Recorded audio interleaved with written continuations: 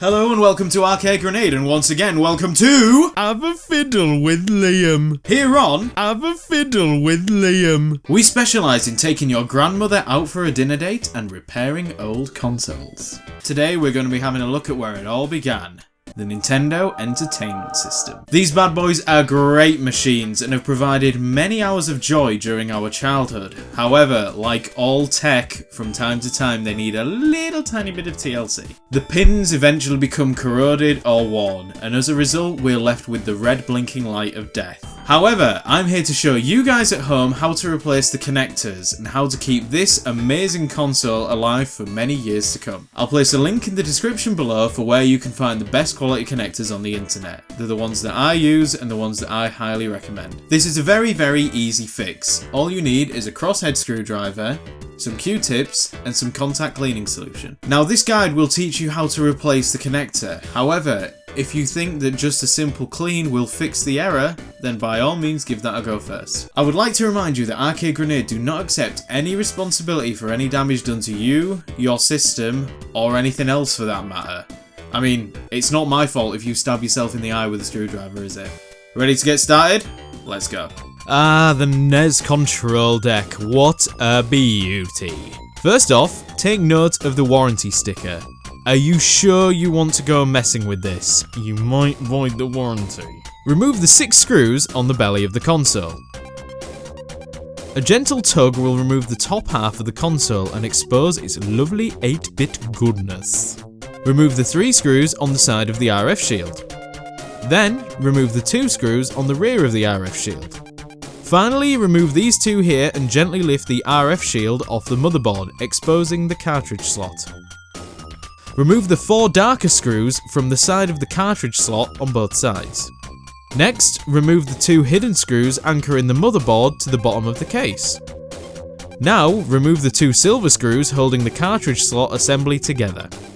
With a bit of wiggling and pulling, you should be able to remove the cartridge slot from the motherboard.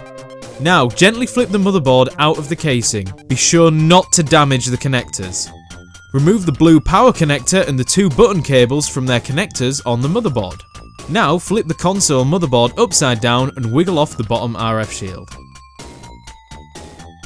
Right, now comes the fun part.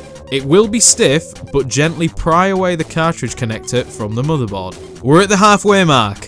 Now, take your cleaning solution and spray it onto a Q-tip. Start gently cleaning all of the pins. When you finish this side, flip the motherboard over and clean all the pins on that side. Remember, don't rush this step. The flashing red light is caused by a dodgy connection, so you want to make sure you get them all clean.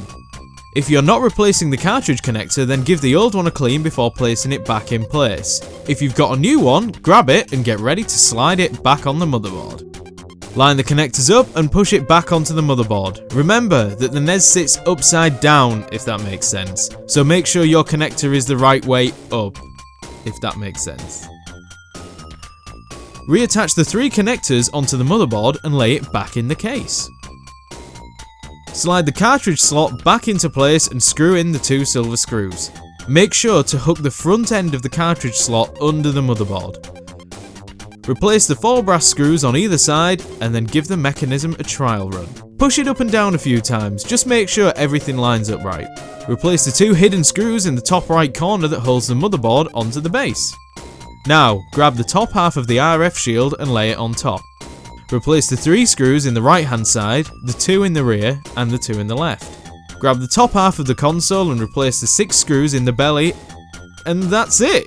We're done! How easy was that? Plug that big old lump of nostalgia in and relive your childhood. Thank you very much for watching my guide on how to fix a NES. Was it easy to follow? Did you manage it okay? And also, is there anything out there that you want me to fix? Please, leave a comment below with any suggestions and I'll make sure to put it in our next video. Thank you very much for watching, and as always, please don't forget to like, comment and subscribe.